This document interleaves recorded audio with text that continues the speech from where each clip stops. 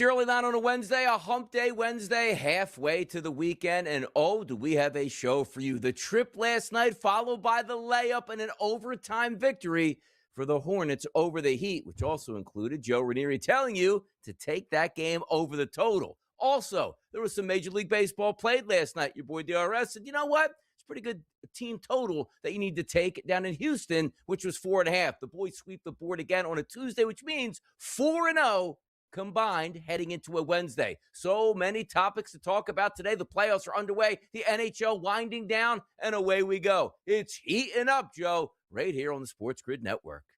Yes, it is. It's heating up for everybody except for the Miami Heat, apparently. But yes, it was a good night, Donnie, and we had a lot of interesting happenings last night there, both in Major League Baseball and on the hardwood. There are actually a couple of really good play-in games, believe it or not.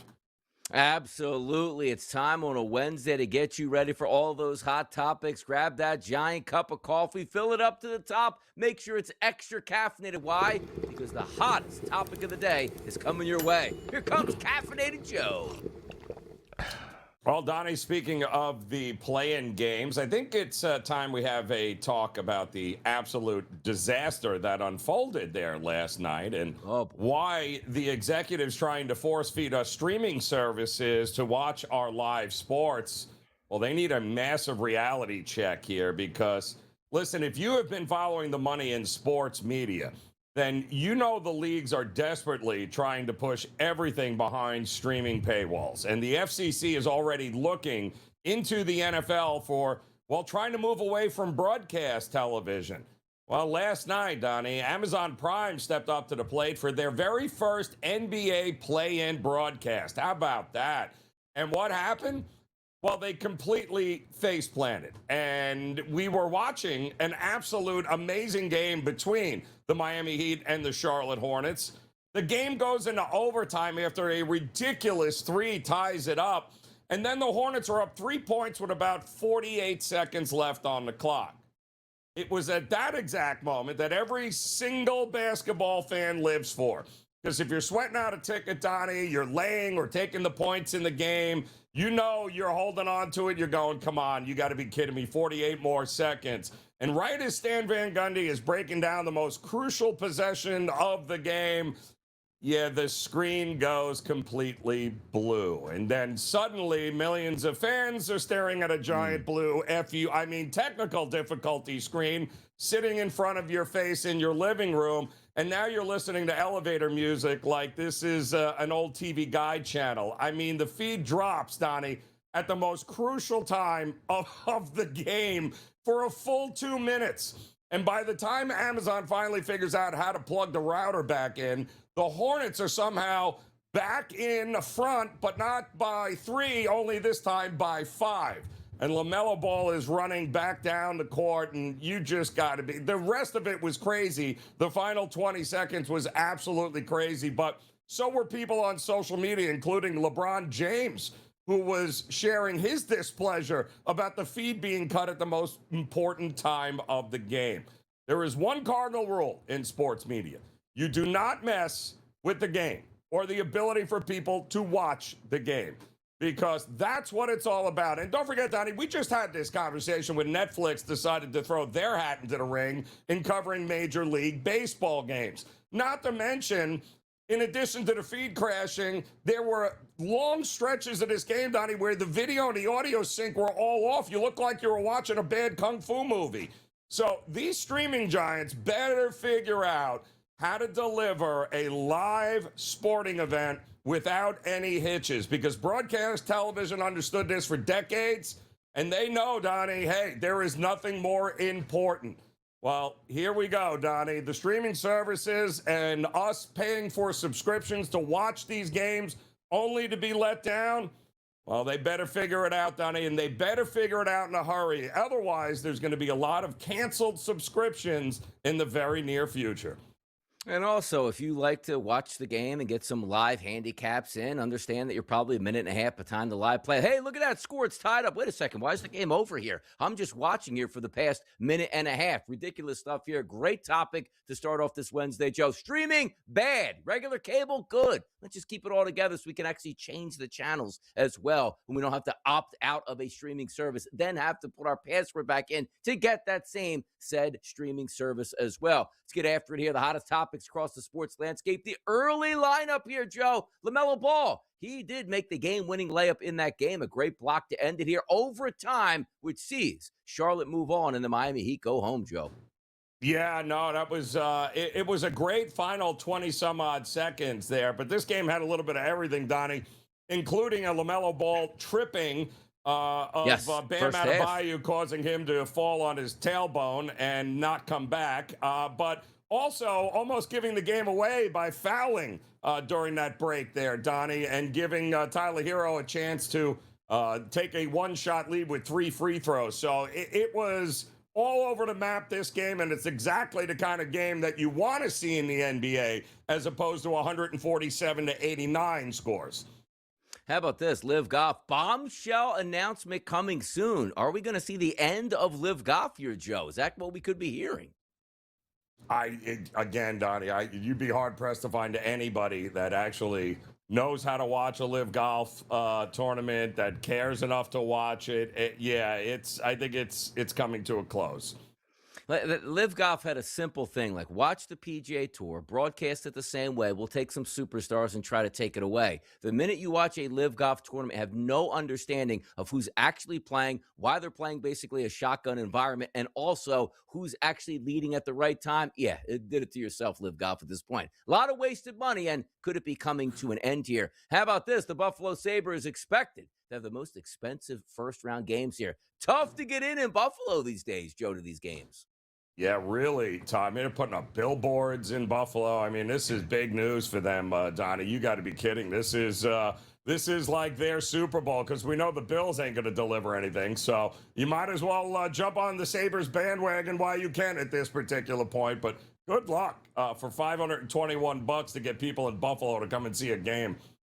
How about this? The FIFA World Cup setting up to be a disaster in America. Why? Not because we don't want to watch the games and go to it. They're just making it impossible to do so. Did you know, Joe, MetLife Stadium is a sea of concrete parking lots here, where most people go to Jets and Giants games, pull up, tailgate, and have some fun and pull in. But now what they're telling you is nobody can drive to this game. You can only take the train, and we're going to up that price as much as 10 times the normal ticket to get to this game here, just by taking the train. Ridiculous. What a cash grab this FIFA World Cup looks like it's going to be. Well, I mean, Donnie, I'm shocked it's actually as cheap as they're saying it is. Because I thought it was going to be a lot more expensive than that. But they're going to limit how you can get there, where you can get there, what you can do, what you can buy. It's a total it's worse than the Olympics, Donnie. It really is. It's absolute chaos here. And Sergio Garcia says, oh, man, I'm sorry I lost my cool with the Masters here. I don't know. Is there a fine coming with this? They're going to take his jacket away for a couple months. What are they going to do with Sergio?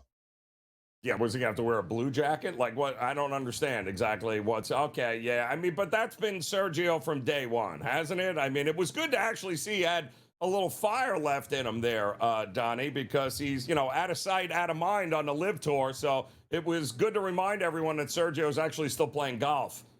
He's basically a mascot right now. Like, you're playing a couple free rounds at Augusta with your friends out here. Who cares if you shoot 95 or 75 on that day? Relax. You won a jacket before. You have more money than you could ever spend for a lifetime. Why would you be getting upset on a beautiful day down there in Augusta? And how about this? The St. Louis Blues broadcast the Penguins game in sign language, Joe. How about that? By the way, how do you, slap shot? What is that? Is that what that is in sign language? What is it? I don't know, but can I tell you something? I'd watch. I'd still watch. Yep. We're watching, and so will you. It's a Wednesday here on the SportsGrid Network. The early line just getting started.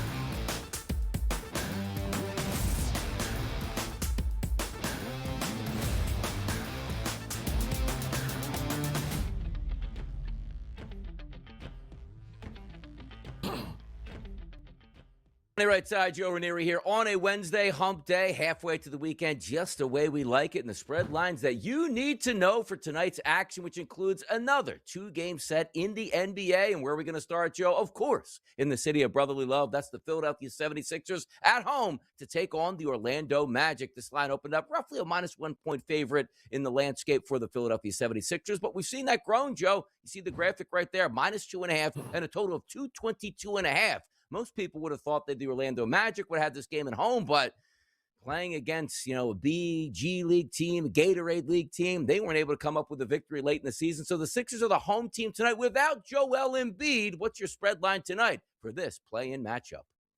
Well, I think it's interesting, Donnie, because we've seen the total get bet up from the open of the 220.5. We saw 1.5 as the opening number for Philadelphia. And we saw twos, now maybe 2.5s in some spots. So, well, we all know Joel Embiid is not playing in this game. So that was already baked into the number. So it's not that there is some sort of hope that Joel Embiid is going to all of a sudden show up on the court here for this game. So where is the Sixer love coming from? Or is it just that there's no Orlando love in the marketplace here? And listen, it's been up and down for Orlando, who had a chance to avoid this game altogether and couldn't beat the backups of Boston last game. But styles make fights here, Donnie. And without Joel Embiid, exactly who's protecting the rim against Boncaro and Franz Wagner here? And the answer is nobody. You're going to put a lot on Tyrese Maxey's shoulders here in order to be able to carry the load against Orlando. And I think, listen, Philadelphia wants to speed this game up. And if you like Philly, I get why you're betting the over here. But if you like Orlando, I don't think Orlando wants anything to do with a track meet. I think they want to make it physical. They want to slow the game down, and they're going to have to play some defense. And I think they can do that. I like the under in the game, Donnie. That's where I'm looking. I think Orlando, without Embiid, I think they can absolutely control the paint, control the rim. And I think that's going to lead to an under here tonight.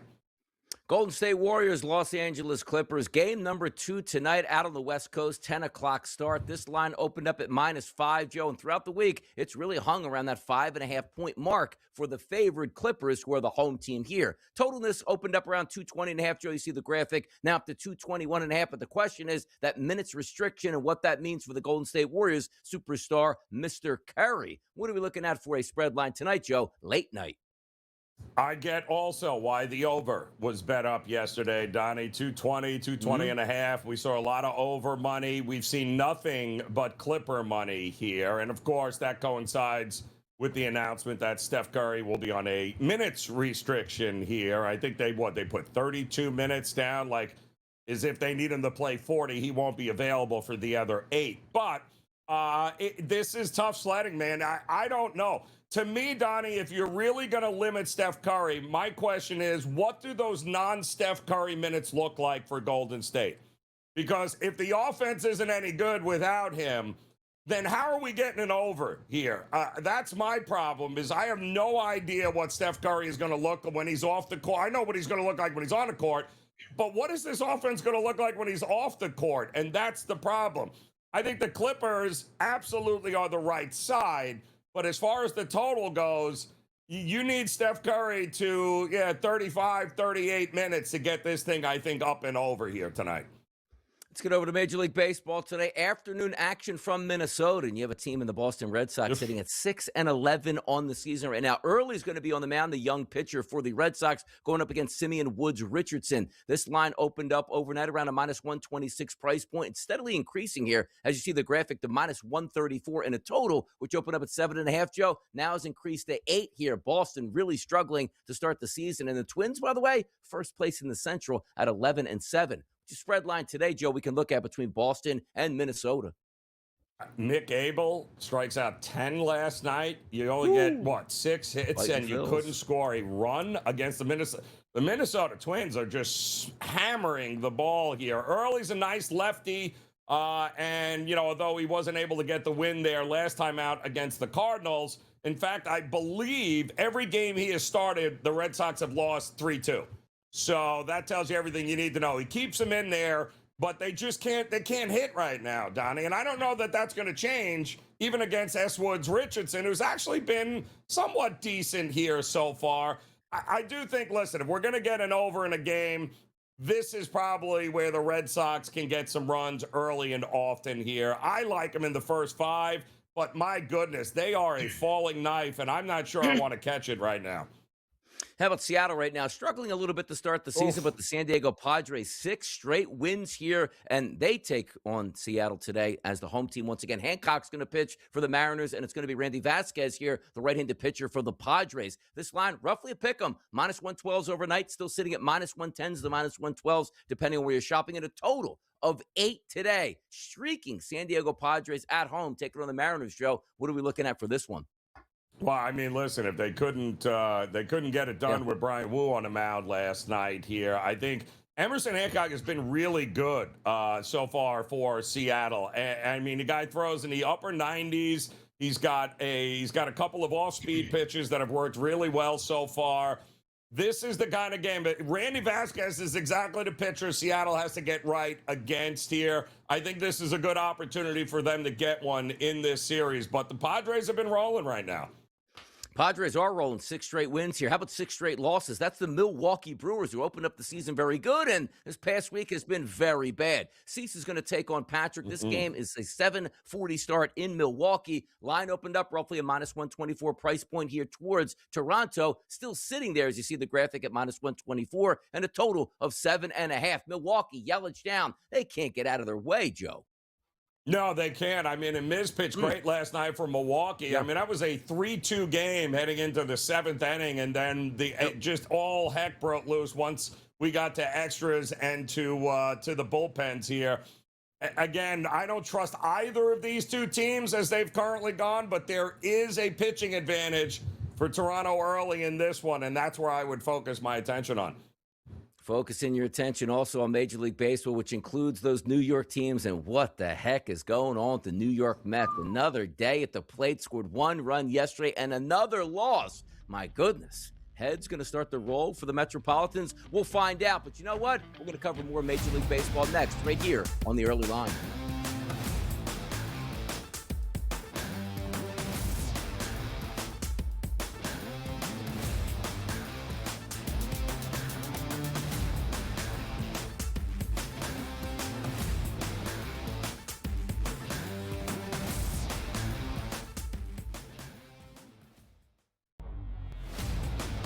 Shocking reality, I think, for college basketball. Certainly the purists, to see a legendary school struggle to land a current college heavyweight. But this is the new world order.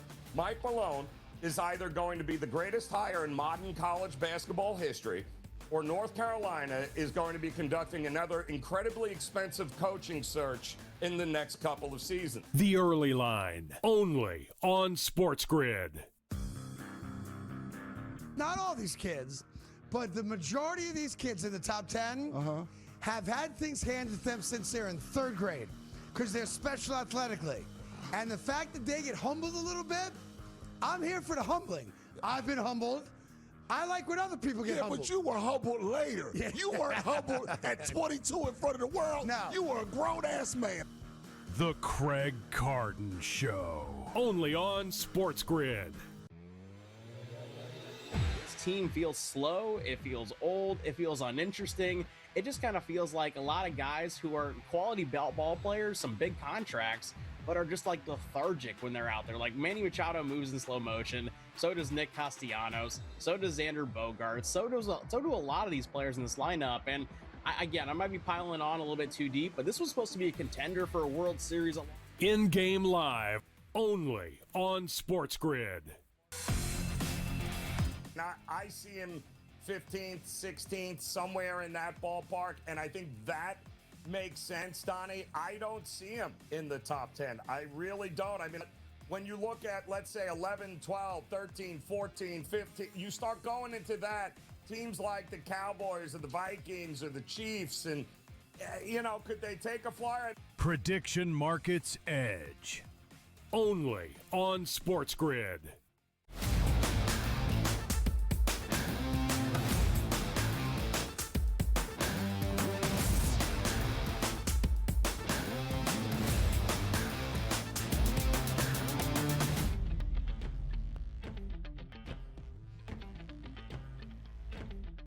Being a baseball manager, heck, even being a baseball player, head on a swivel, as we like to say, Joe. And by the way, got a quick little video to take a look at. Did you see the Baltimore Orioles manager?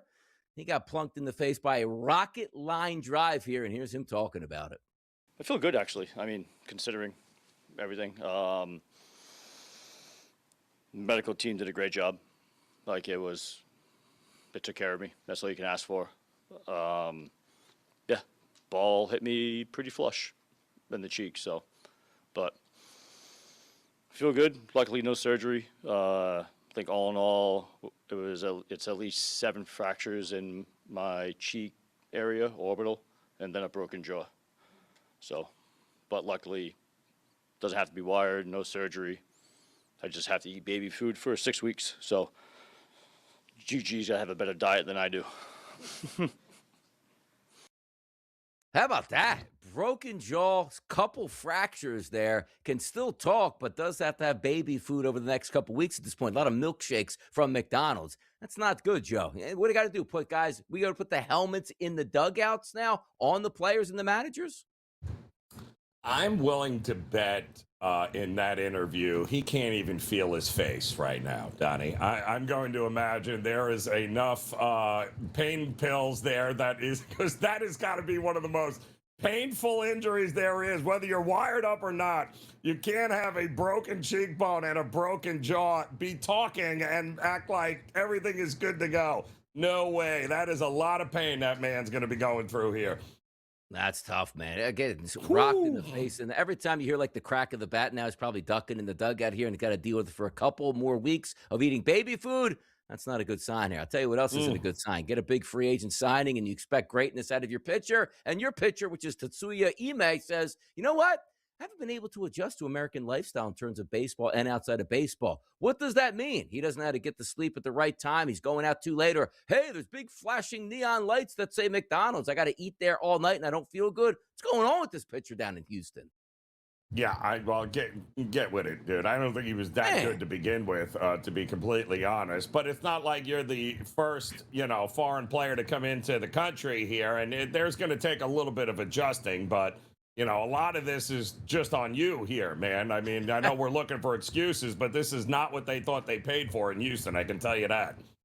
Hey, give a man a lot of money, set him free there in a major U.S. city. He's like, baseball? I don't feel like playing baseball. I want to go out and buy cars, buy houses, hang out at the strip club, maybe get some food at Hooters and relax and enjoy my life. Wait, I got to pitch every 5th day now for this? Yeah, you do. Get it in gear here. That's what they pay to do. Pitch the baseball. How about this, Joe? We watched a video, it feels like a week and a half, maybe 2 weeks ago, on Juan Soto. Be like, brother, I woke up today. I didn't even know my calf was injured. I feel great, which he was immediately placed on the IL. Now news coming out, hey, by the way, Soto, he's not even running just yet, Joe. Like Dr. Donnie just needs to have his own setup here that goes, your calf is hurt, you'll be out multiple weeks. And the player goes, nah, man, I'm coming back like tonight. I feel great. Yeah. And no, you're not. That's exactly it. So, yeah, again, 162 game season. These injuries happen, but the worst thing to do, Donnie, is to try and pretend like it's not there. This isn't September where you're in a battle to make it's all right. You can go ahead and heal up. We'll see you back in June. That's fine. You're good if you're still in the race in June. Another scam coming to those Royal fans right here, and whether or not this is in Kansas and or Missouri. How about the Royals have moved one step closer to a new $1.9 billion downtown Kansas City stadium? City Council committee approved continued funding talks, including up to $600 million in public backing tied to the stadium and mixed-use tax revenue. To put this in layman's terms, if you tried to buy a house in your hometown was like, hey, man, look, we're going to give you 75% of the cost here. You pay the rest of the 25. Everybody would love it, but nothing is free, Joe. The fans and the taxpayers pay for this so billionaires can have a new play toy. Didn't they just move I thought they added some additions, moved the fences in, like they changed Kauffman Stadium. Now all of a sudden we're getting something new based upon the taxpayers footing the bill. So, hey, get what you deserve there. A 500 baseball team, a $38 trillion stadium. Congrats.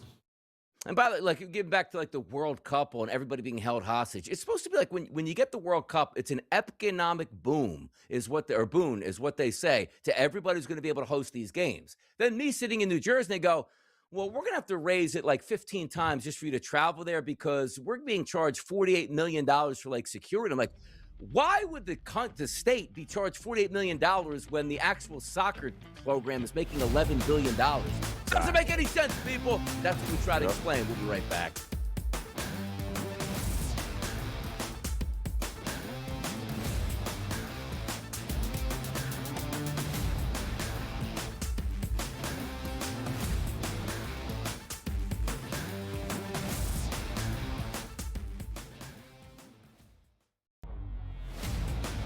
Shocking reality, I think, for college basketball. Certainly the purists to see a legendary school struggle to land a current college heavyweight. But this is the new world order. Mike Malone is either going to be the greatest hire in modern college basketball history, or North Carolina is going to be conducting another incredibly expensive coaching search in the next couple of seasons. The Early Line, only on SportsGrid. Not all these kids, but the majority of these kids in the top 10 have had things handed to them since they're in third grade because they're special athletically. And the fact that they get humbled a little bit, I'm here for the humbling. I've been humbled. I like when other people get humbled. But you were humbled later. Yeah. You weren't humbled at 22 in front of the world. No. You were a grown-ass man. The Craig Carton Show, only on SportsGrid. Team feels slow, it feels old, it feels uninteresting. It just kind of feels like a lot of guys who are quality ball players, some big contracts, but are just like lethargic when they're out there. Like Manny Machado moves in slow motion, so does Nick Castellanos, so does Xander Bogaerts, so do a lot of these players in this lineup. And I might be piling on a little bit too deep, but this was supposed to be a contender for a World Series. In-game live, only on SportsGrid.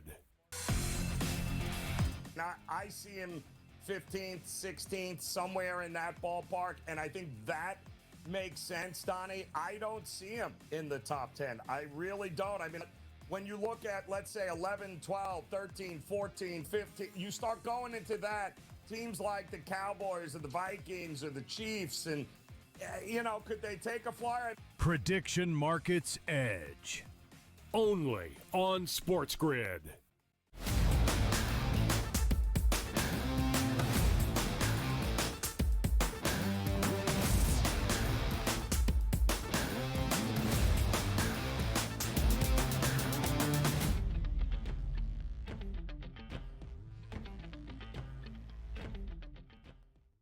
NBA playing rounds beginning yesterday, continuing tonight. We'll continue the rest of this week. And then the big boys coming this weekend with a nice little Saturday slate and a Sunday slate here. Sports Business Journal, Joe, says the NBA just completed its best 3-year attendance stretch ever. 22.18 million fans, averaging 18,108 per game, 97% arena capacity with 11 teams with sellout seasons. Third straight year hitting those marks. The NBA, apparently everybody does love it, Joe.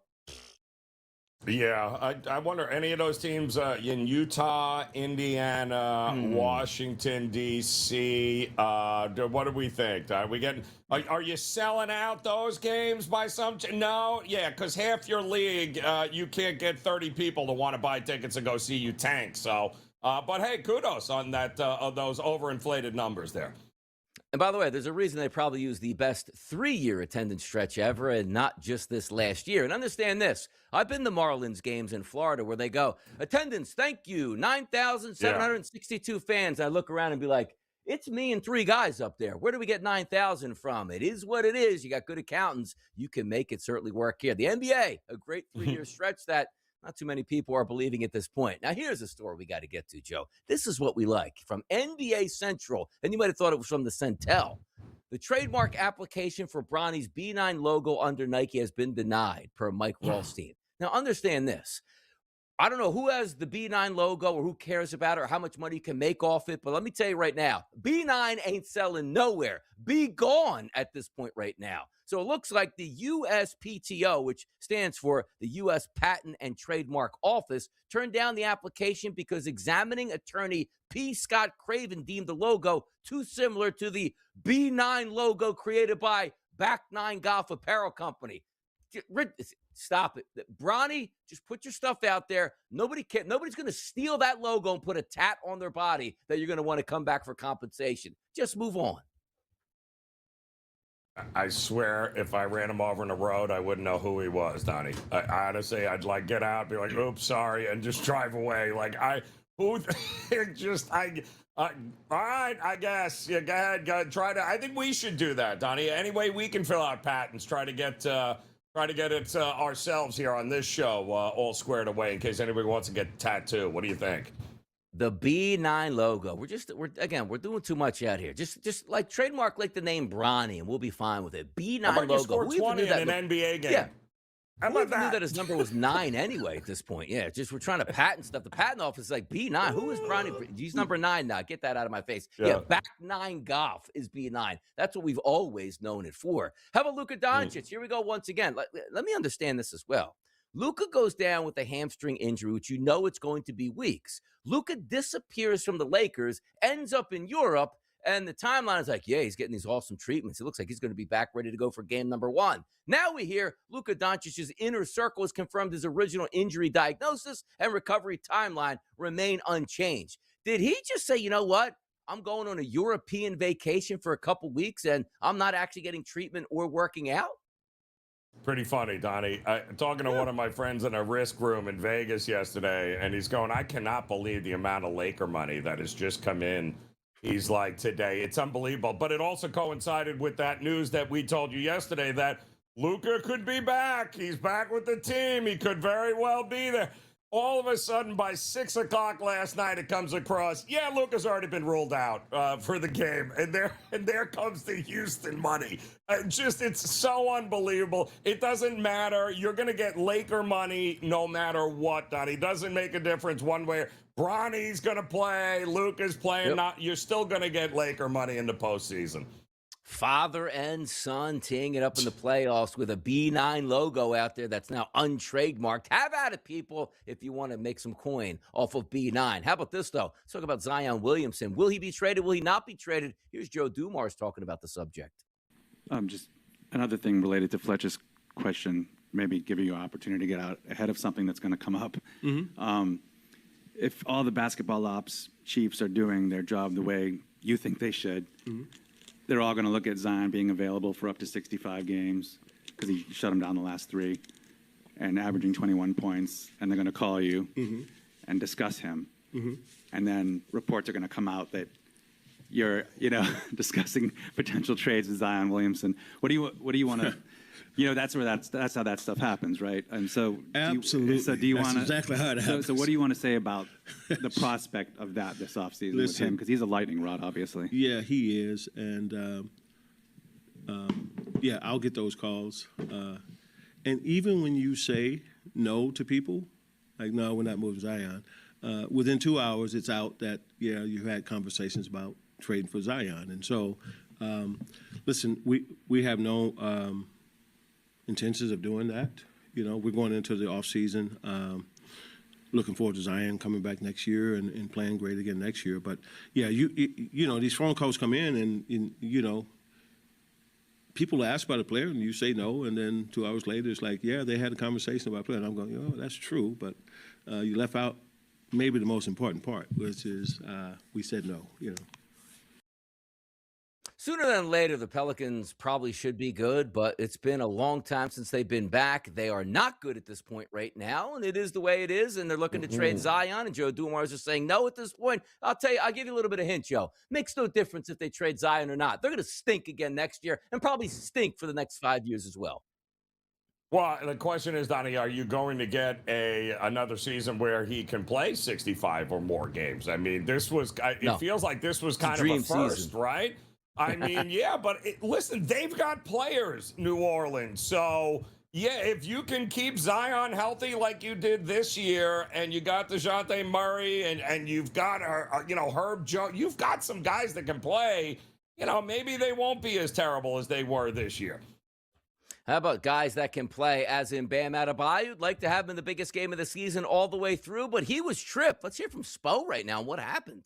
I didn't see it, but I don't think it's cute. I don't think it's funny. I think it's a stupid play. It's a dangerous play. Obviously, our best player is out. I'm not making an excuse. The Hornets played great, and they made those plays down the stretch. We had our opportunities to win. I just, that's a shame. He should be penalized for that. I don't think that belongs in the game.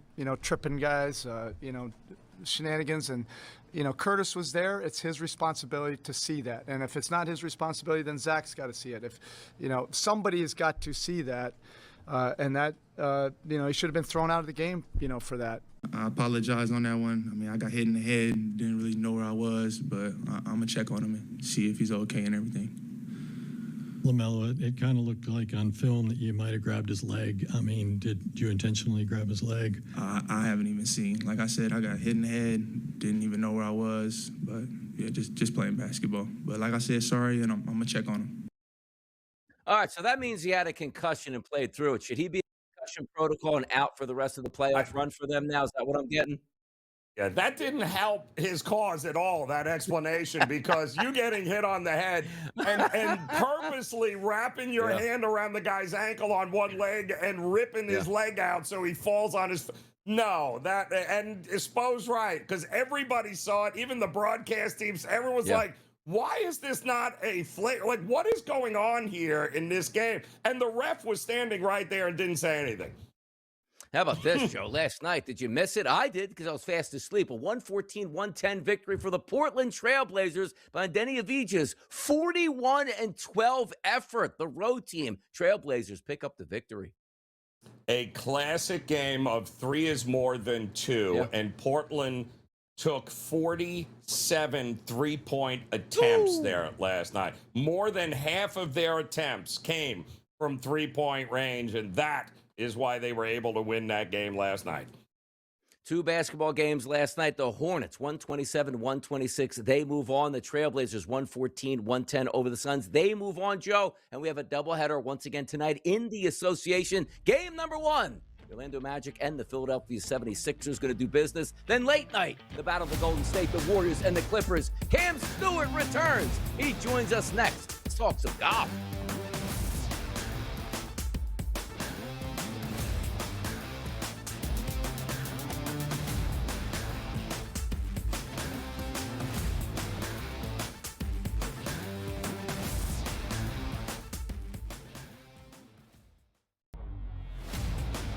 Shocking reality, I think, for college basketball. Certainly the purists, to see a legendary school struggle to land a current college heavyweight. But this is the new world order.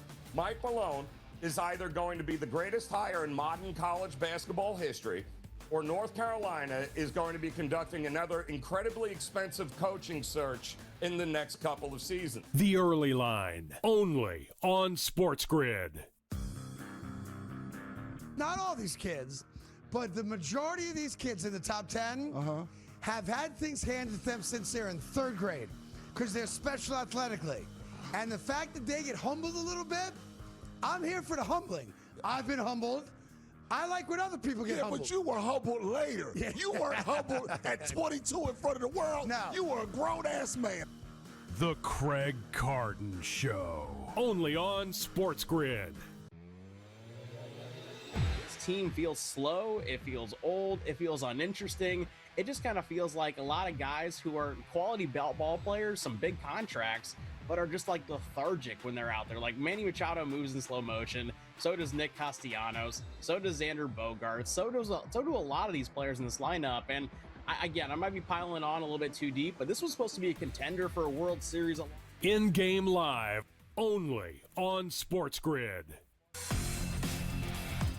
I see him 15th, 16th, somewhere in that ballpark, and I think that makes sense, Donnie. I don't see him in the top 10. I really don't. I mean, when you look at, let's say, 11, 12, 13, 14, 15, you start going into that, teams like the Cowboys or the Vikings or the Chiefs, and, could they take a flyer? Prediction Markets Edge. Only on SportsGrid.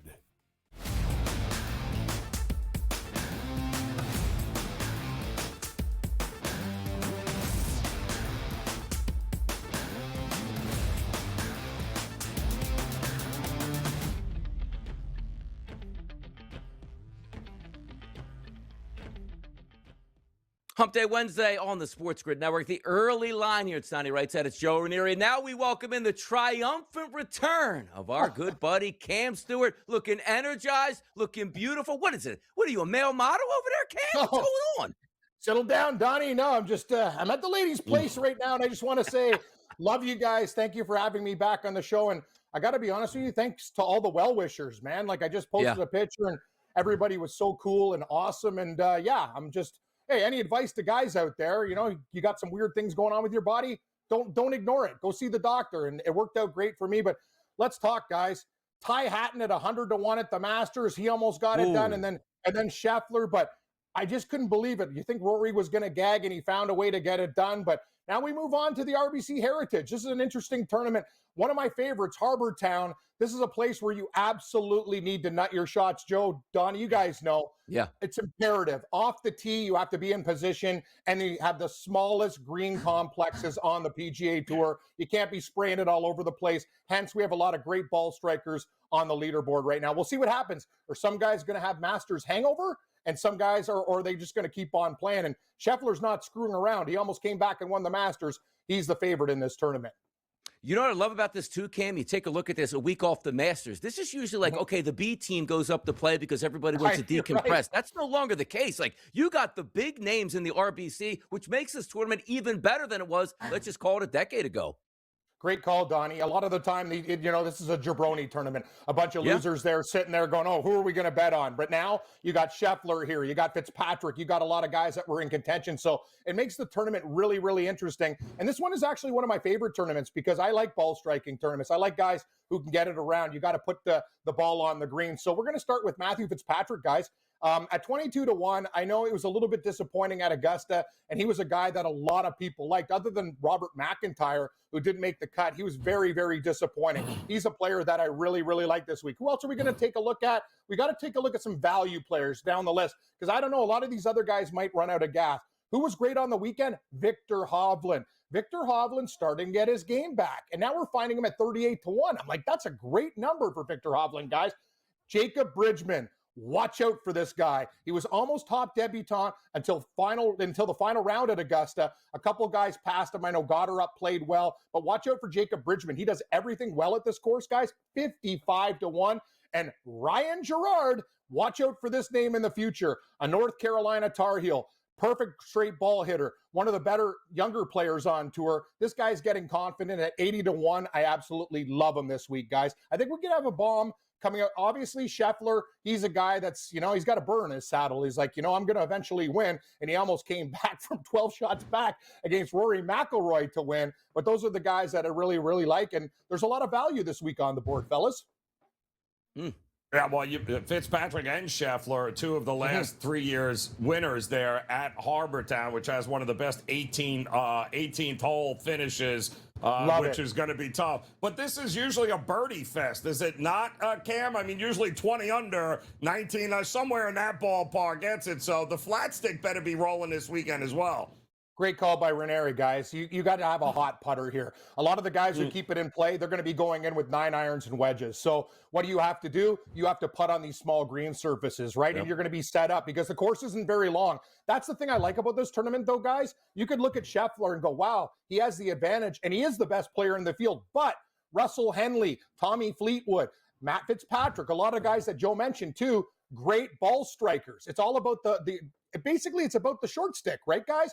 Hit your putts, you can win the tournament. So a lot of guys that you don't hear about are going to be in contention. A lot of people can win this tournament. So you can look a little bit deeper down the board and find somebody that you like at a better price than like 5-1, 4-1 on Scottie Scheffler.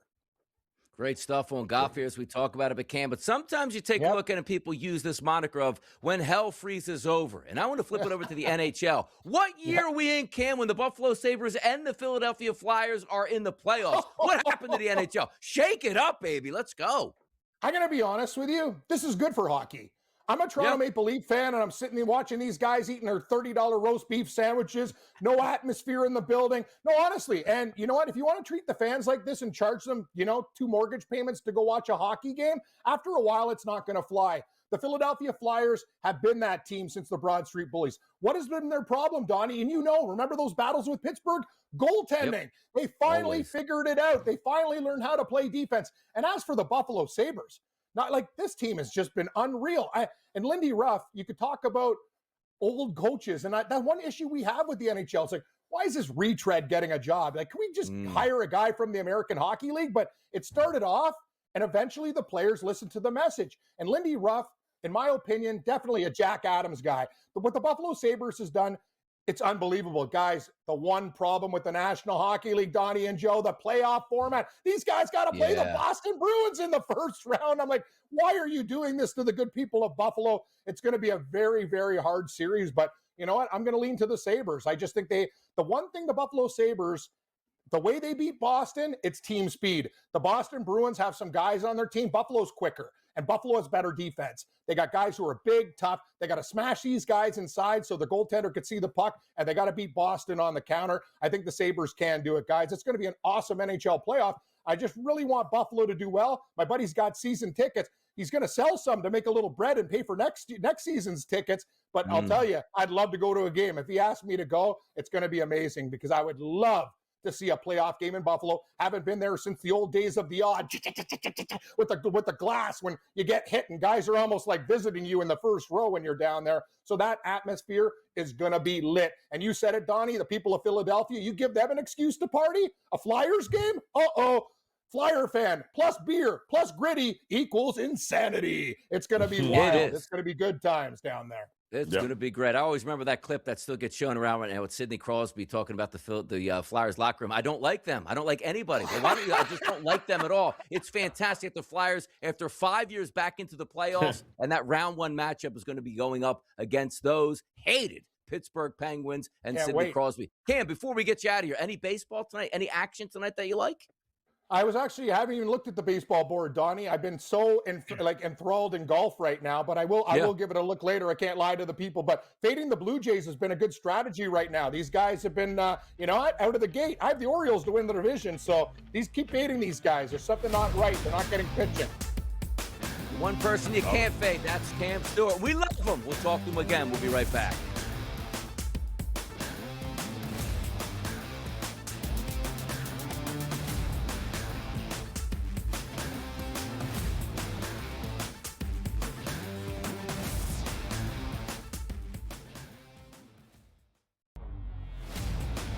Shocking reality, I think, for college basketball. Certainly the purists to see a legendary school struggle to land a current college heavyweight. But this is the new world order.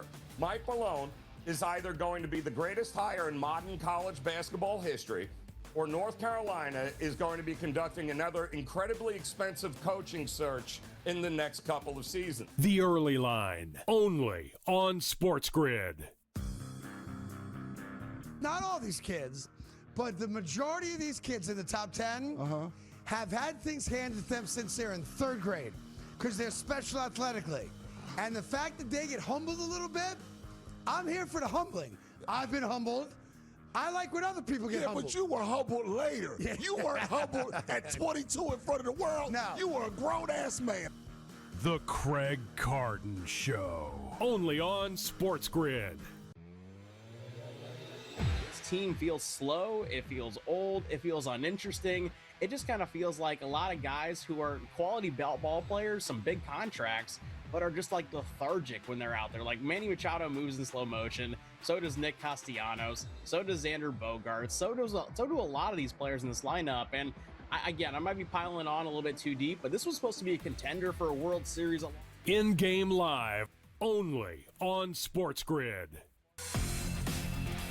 Now, I see him 15th, 16th, somewhere in that ballpark. And I think that makes sense, Donnie. I don't see him in the top 10. I really don't. I mean, when you look at, let's say, 11, 12, 13, 14, 15, you start going into that, teams like the Cowboys or the Vikings or the Chiefs, and, could they take a flyer? Prediction Markets Edge.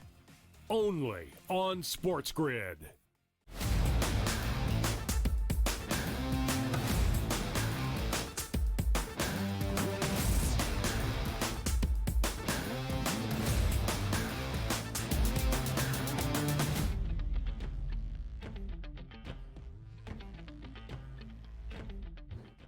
News and notes, meaning if you have good lawyers here, you can get away with pretty much anything, like ruining your career as a major Division I football coach and then saying, you know what, I'm going to go break into my jilted lover's apartment, hold her hostage here, and end up getting a couple months probation and a $1,000 fine. That's Sharon Moore, former head coach of the Michigan Wolverines, who I guess he still has a family life and his wife was cool with what happened, and looks like he's only going to get a little slap on the wrist here, Joe.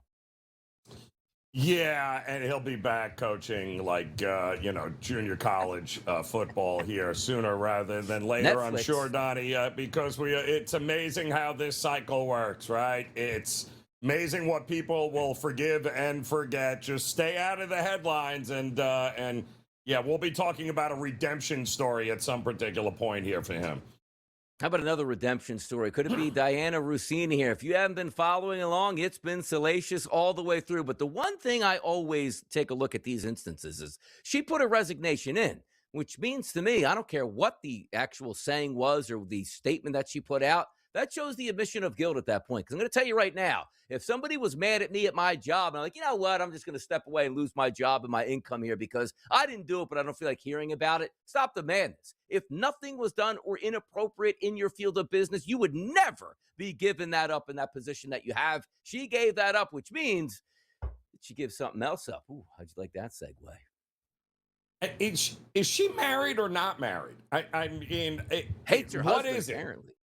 Yeah. Yeah, apparently, I didn't even know she was married. So, and listen, the way she framed it in the resignation letter was that she was not being renewed anyway over at the Times and the Athletic. So her contract was up in June, and she's like, I'm not playing this game. And they were doing an investigation into what is going on. Listen, you cannot be a reporter in the NFL and be sleeping and canoodling or whatever you're doing with one of the NFL head coaches there. Like, that's not going to work. Now, listen, a private life is a private life. Do whatever you want. But if you're going to be reporting on inside scoops in the NFL, kind of hard to do if you're canoodling with a guy that was just in the Super Bowl. It's all about optics. This whole business is about optics. It's bad optics here. You lose credibility, even if you didn't do anything wrong. But trust me, just put things in simple terms, Joe. Like, I have a wife. If I saw my wife in those type of photos here, and nothing was wrong. Why are you in Sedona on a rooftop cabin with it? Like, no, like, it's a wrap at that point right now. Even if you weren't doing anything wrong, you were doing everything wrong by being in those pictures and hanging out with an NFL coach. And maybe that's where all those scoops came from at this point here, Joe. You know what else I like to talk about? When things change, I like to be the fashion police. I like to be the logo police as well. The college football playoff updated their new logo, Joe, from the football, where it said college football playoff, which is easy, to now CFP. Sometimes we just don't need changes, Joe, but we get them anyway. Honestly, if you would have shown me the first one and said that's the new one, I would have been like, oh, yes. Great. Correct. I would not have had any idea what the college football playoff logo looked like. And yes, well, listen, those graphic artists aren't cheap, but something tells me I could have pumped that into like AI and gotten a better logo, Donnie. I'm just saying, I probably could have done that. Same logo maker as B9 for Bronny James. I mean, could be the same manufacturer working there. Maybe they got a patent for that one. But how about this patent? The patent on A.J. Brown. Is he staying in Philadelphia? Doesn't look like it. Let's hear from Howie Roseman. If he is traded, you have depth there at wide receiver. Like, how What do you does think that? the odds are that I'm answering this question any different than I answered anywhere else? Like, really? Like, do you think that's like 50%? Do you think that's 75%? I felt like I needed to just need to ask. A.J. Brown's an Eagle. I mean, what is the press waiting for? Like, one time he's going to answer this question like, yeah, AJ's already been shipped off. We're waiting until June 1 at this point. Like, they ask him every time he's available, what's up with AJ Brown? And he's got to give that sort of spiel a different way each and every time. So at least he's taking it lighthearted. Like, what do you want me to say right now? AJ Brown is an Eagle. Do you want me to say I already traded him, or we're going to blow leverage down the line? It's good stuff here. Yeah, and Donnie, then he's going to have to every time guess the mic. Why'd you trade AJ Brown? What happened? Like, why would you? It's such a shock that you traded AJ Brown. You know that's coming next too. It's amazing. It is. How about Dexter Lawrence here? By the way, the team is telling them that, hey, there's no deadline here but the draft, but they're going to listen to offers, which means the deadline is probably the draft. It's absolutely the draft, and whether or not they actually draft his replacement will tell you everything you need to know about a future deal with the Giants.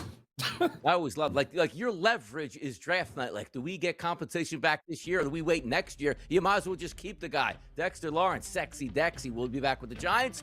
We'll never know. Maybe we will by draft night. Stay tuned here. Hour number 2 on the way.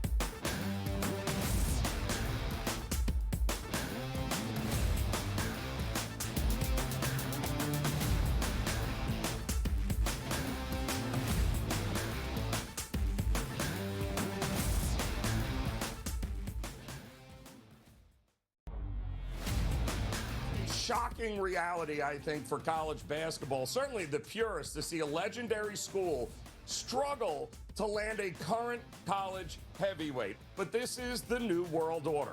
Mike Malone is either going to be the greatest hire in modern college basketball history, or North Carolina is going to be conducting another incredibly expensive coaching search in the next couple of seasons. The Early Line, only on SportsGrid.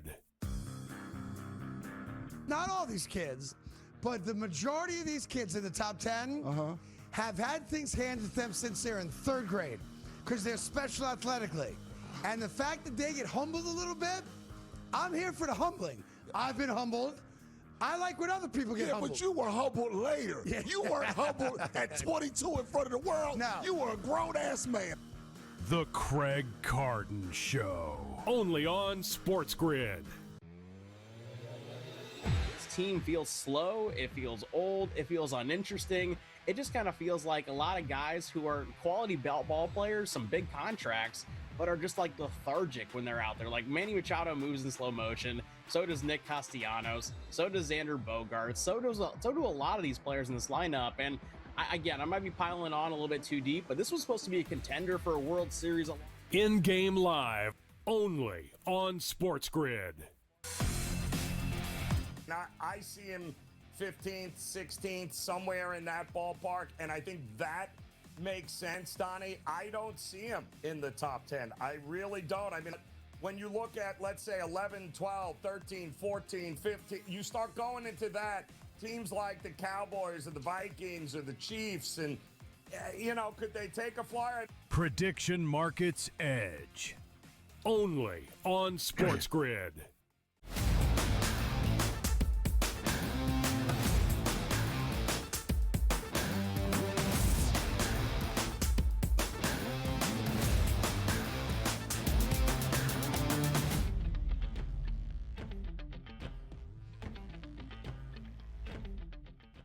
Hour number 2, I should say, where the fun is just going to begin. Why? Because Joe and I opened up on Monday, new week, new money, 2-0. On Tuesday night, we doubled down and went 2-0 again, which means we are 4-0. So halfway through this hour, more best bets to come. We're going to hit another team total. We'll see where Joe comes from, and maybe we can get off to a 6-0 start here on this hump day as we look forward to the weekend. We got great guests coming up, which include Kevin Walsh, Game Time Decisions host, right here on the network from 6 p.m. to 7 p.m. with Gabriel Morency. Always must-watch television here, but a lot of good stuff coming in hour number 2, Joe, which also includes Prediction Markets Edge as well.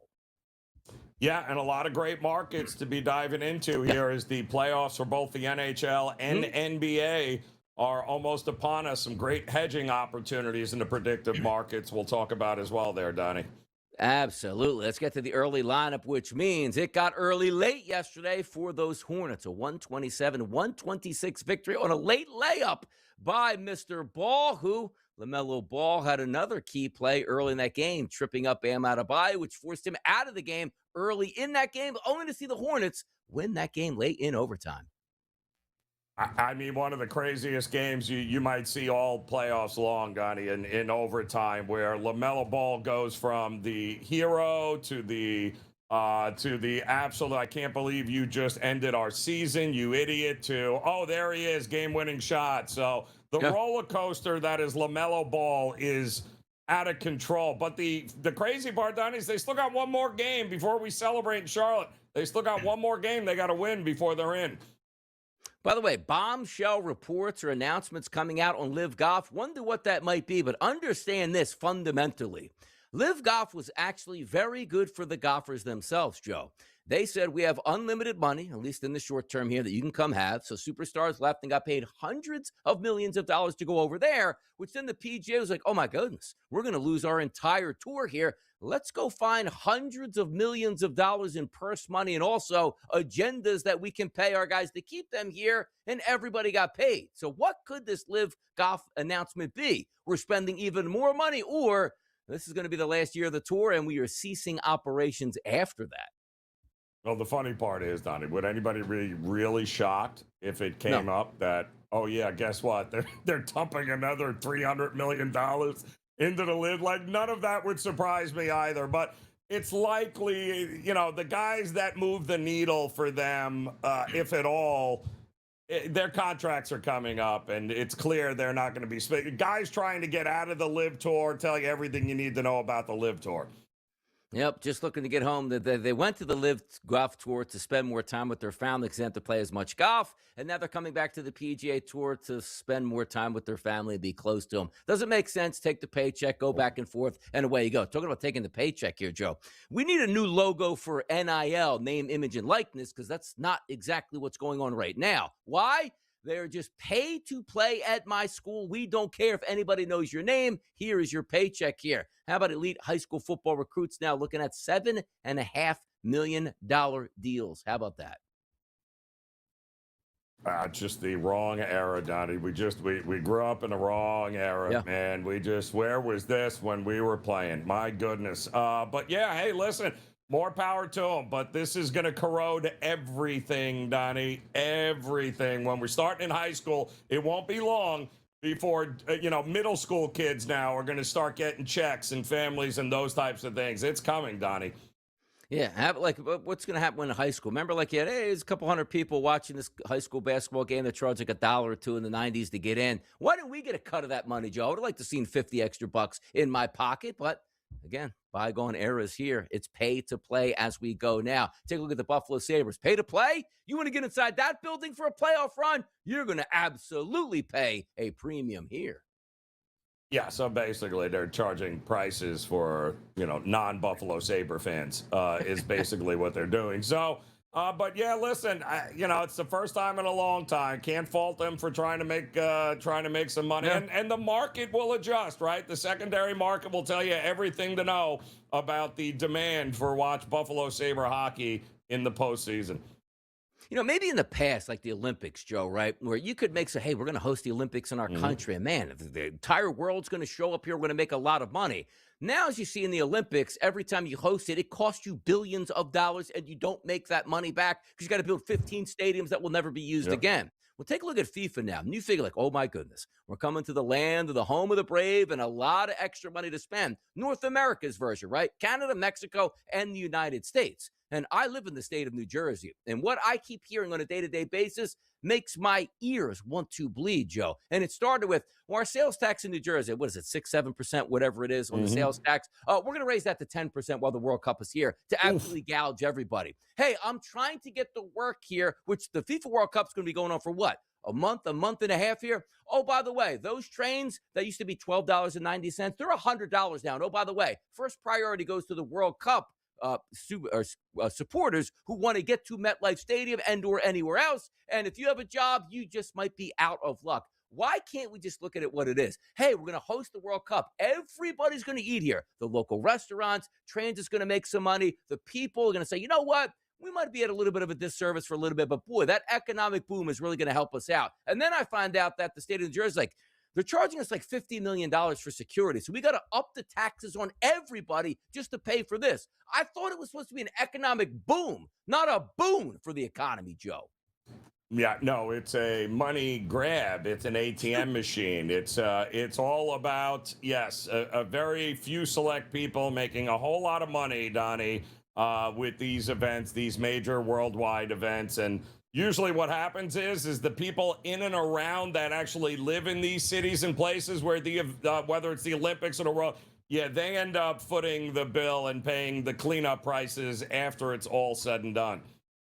Now, help me out with this one too, Joe. Like, again, MetLife is a drivable stadium in a sea of concrete. You can't drive to MetLife. But you might look at them and be like, well, they just want to take the train. No, there has to be some ulterior motive. Is it, Joe, that they don't want you, like, eating and drinking outside the stadium so they can charge you $75 beers inside? Because we also got the notice here at the field in Philadelphia.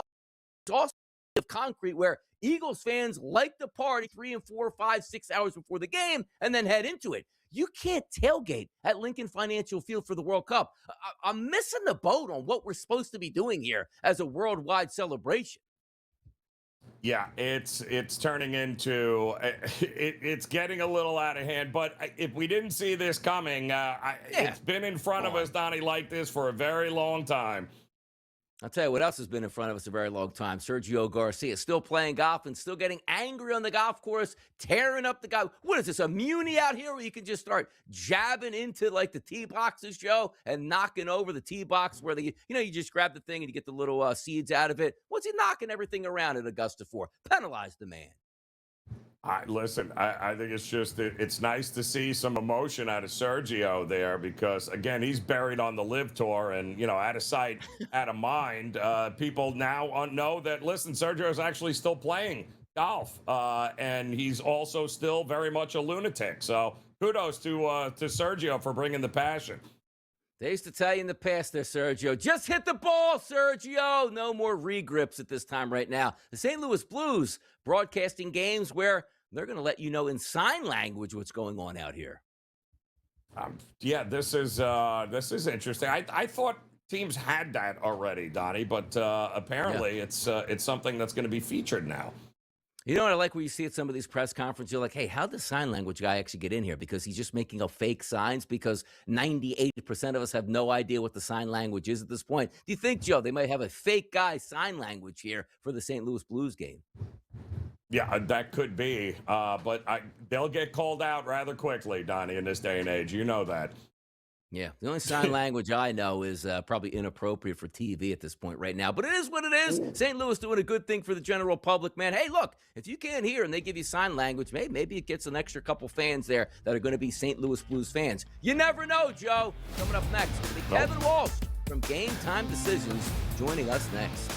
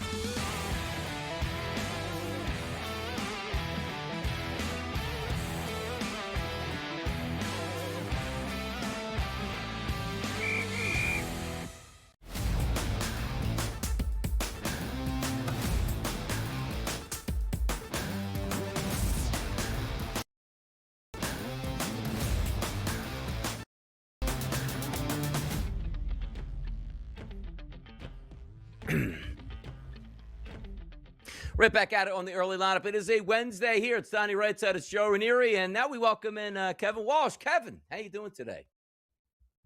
Huh? I don't hear anything. I don't hear anything, Joe. Do you hear anything in the background? A lot of crying. That's all I hear is crying right now. So he must be upset because I heard Luka won't be playing in the playoffs here for the Lakers. Unfortunate. Actually, just got a text from Kevin, and it says right now that, oh, no, due to the B9 Bronny James logo not being approved by the patent office here, he won't be coming on as in protest. So, Joe, the show must go on. We must be able to handle our business and let Kevin worry about Bronny James and the B9 logo, which brings us up tonight, Joe, to 2 games in the association. One at 7:30 p.m., one at 10 p.m. tonight. Game number 1 in Philadelphia, the Orlando Magic and the Philadelphia 76ers. The Sixers opened up as the light favorite, Joe, -1.5. But we're now seeing 2.5s in the marketplace as a favorite for the Philadelphia 76ers with no Joel Embiid. How does that stick there, Joe, for you? The Sixers as the favorite tonight in South Philadelphia. Well, that's the key to me. If Embiid had been playing here, and it's amazing because this opened up 1.5 for Philadelphia. So it moved a 0.5 point to a point, Donnie. I mean, 2s is pretty much the prevailing number right now across the board. So for it to move a 0.5 point to a point, that means Embiid was already not being there, was already baked into this number. So then the question is, do we trust Philadelphia with a banged up Maxey and Edgecombe and Paul George? Are they going to be enough to dictate the pace against a very, a pretty big and physical Magic team that when they play, they can be a big time headache here to Philadelphia? And that's the big question.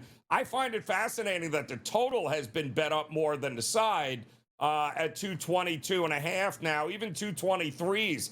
I'm beginning to see, Donnie, which is interesting because I don't think Orlando wants to get into a shootout with the Sixers. I think they want to control pace, control the paint, control the boards, and not give them any extra shots. So, Embiid would have been a difference maker in this matchup. Without him there, it's tough for Philadelphia. I think they're going to have their hands full.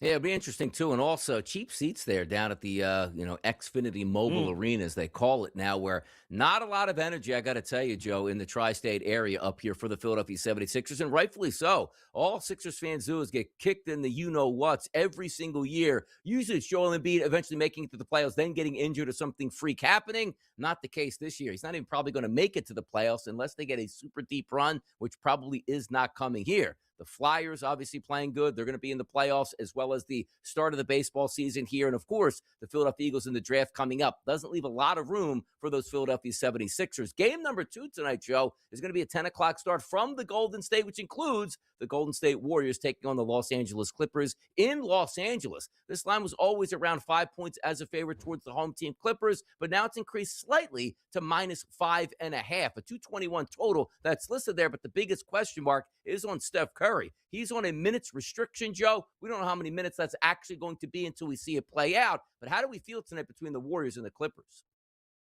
Yeah, and that's the biggest question, Donnie, is not so much what are they going to look like with Curry on the court. We know that. But what do those minutes look like when he's not on the court? And I think that's going to be the big question. I mean, listen, there are, going back over the last decade, the idea to get Kawhi Leonard, a future Hall of Famer versus Steph Curry, a future Hall of Famer, it would have been must-watch television. But this version of the Warriors is not what it was in years past. The supporting cast is good. It's just not great. I think the Clippers have the better supporting cast, and Kawhi versus Steph, as good as that's going to be, somebody else like a Darius Garland is going to have to show up here, and I think they will here tonight at home. I think the Clippers will get it done, but I don't trust them enough to lay 5.5. That's the problem here. Little bit of look-ahead numbers here, Joe, coming up. As we told you, we don't know who the 1s and the 2 seeds are going to play, who winds up being the 7th and the 8th overall. But we do know, Joe, the other seeds that will take place on Saturday. A 1 o'clock game, a 3:30 game, a 6 o'clock game, and an 8:30 game. Raptors, Cavaliers, Timberwolves taking on the Nuggets, Hawks and the Knicks, and then the Rockets and the Lakers. And if we do start with the Rockets and the Lakers, which is the nightcap on Saturday from LA, it is interesting to some that the Rockets would be a 5.5-point favorite as a road favorite. But as we know, no Austin Reeves, no Luka Doncic, no real chance maybe for the Los Angeles Lakers. It'll be Bronny at home, but in what we might have thought would have been a deep run for the Lakers with all of their players combined and intact, it just seems like it's now LeBron James's team, and good luck with that. That's the problem. And, you know, Durant certainly would love nothing more than to stick it to LeBron here. But they're so beating up the Lakers. I mean, I would have loved this matchup had everyone been healthy for the Lakers, but that's not going to be the case here. And, you know, they have a better chance of getting Reeves back with the oblique strain than they do, I think, Luka with the hamstring. So the problem is this series could be over before either guy is actually ready to get back here. Listen, I expect the Lakers aren't going to fold for anybody there, but I do think it's going to be too much Houston in this series. Yeah, and the Portland Trailblazers, Joe, which did win last night, they advance into the playoffs. They're going to take on the San Antonio Spurs on Sunday and already being leveled out at a 10.5 to 11.5-point favorite, depending on where you're shopping at. One of the interesting games here, Joe, Saturday at 6 p.m., that's the Hawks and the Knicks here. The only shame is Trae Young doesn't play for the Hawks because that is a great rivalry with a lot of really good chance and a lot of bing bong out there if he was there. But the Hawks are hot, but getting 5 on Saturday. Yeah, they are. And this is going to be an interesting series here because I think the Knicks went 2-1 against the Hawks this year. They just played a little over a week ago in Atlanta, and the Knicks ended up winning 108-105. And it feels like, Donnie, that's the kind of series this is going to be, a big back and forth. Maybe the zigzag could be alive and well in this series between the Hawks and the Knicks. And if nobody knows what Joe's talking about, the zigzag theory in the NBA, hey, this team won and covered tonight. Ain't no way they're going to win and cover the next night at that point. So something to keep an eye on here. And also understand the length of the first round here. You're going to get teams that are going to be really rested. Games instead of every other night or back-to-backs, every third and every fourth night here. Keep an eye on those veterans teams. They're going to get some breaks in the playoffs here. Best bets and more coming up next. Stay tuned.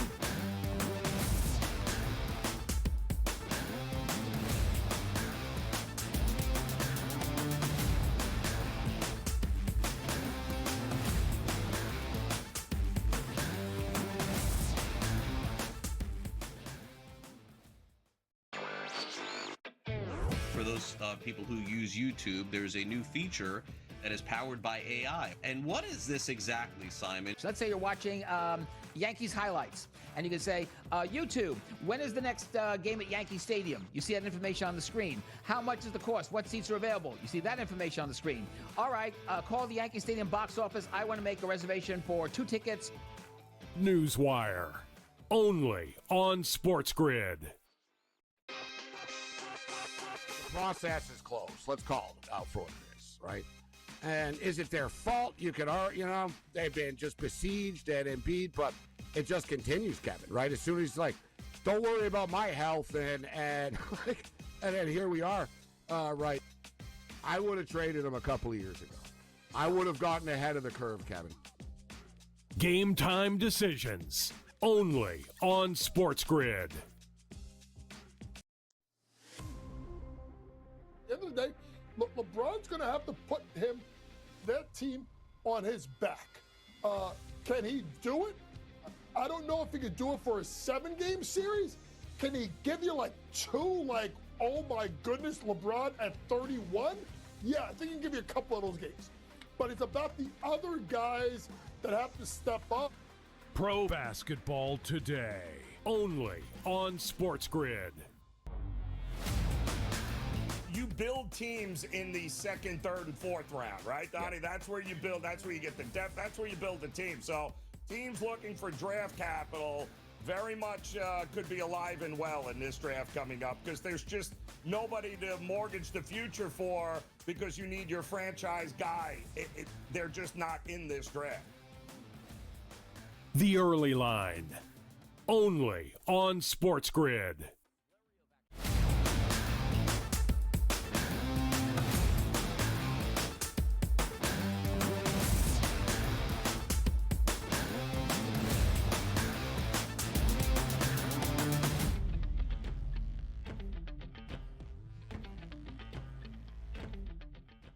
Fade the public poll as well as best bet winners. They're coming up right here in this segment, Joe. But the thing that we always keep an eye on sometimes is how many people are watching events. But also, I just feel like we don't have these footnotes enough that are listed here. I'm going to read a tweet here from Joe Pompliano. The final round of this year's Masters averaged 14 million viewers on CBS, making it the most watched final round in 11 years. Sunday's coverage also peaked at 20 million viewers, the largest television peak for the Masters since 2013. You also got to put an asterisk down there. Last September was when they kicked in the big data panels of how they judged how many people are watching these competitions. How come every time we get these tweets, which if you saw, Joe, it doesn't matter what sport, everybody is up sky high with their ratings, but nobody will say because there's a bump in the rating system that started last September. Donnie, what I want to know is what is going to happen because Correct. at some point it can't be the greatest, the most watched. Yes. Like at some point it's got to go the other way. So I can't wait to see what happens with that. But yeah, sure, of course, everything is the most watched. But in the Masters case, it really wasn't up against anything. You know what I mean, Donnie? It was the end of the NHL, NBA season. People really not into Major League Baseball yet. So to me, it should be the most watched event this week because you didn't have any competition really with the Masters. Yeah, I can't, because again, it starts once again in September. It's like, oh, maybe we didn't set a record in the NFL, or the Super Bowl wasn't the most watched thing, or the Masters now is on par from last year and actually getting less viewers here. I just wish you would have that asterisk because everybody's right. Hey, man, look at the NBA, look at the WNBA, look at the NHL. A 10 to 15% bump on something, of course it's going to come in higher than the previous year. Let's see what happens once September starts. But now it's time to get to what the public needs to know and is telling us here on our Fade the Public poll.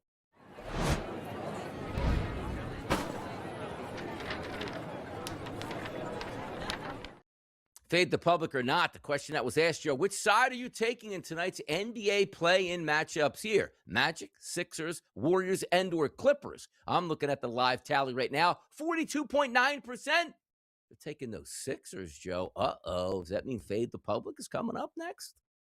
Oh, boy, we'll have to wait and see here. But listen, if we're just talking outright winners here, I do think the Clippers win that game outright, Donnie. I think they are the one team that will likely win. It just feels like Golden State, everything out of their mouth and everything they're doing is, can we hurry up and get this season over with? So I think the Clippers are the team that I think just wins outright and still has, by the way, one more game to play. We'll see what happens tonight. A little Fade the Public action here. See if those Philadelphia 76ers, my Sixers, can win. And then it really is meaningless because they'll probably get a gentleman's sweep in the next series. But let's get to those best bets here. Here's bye.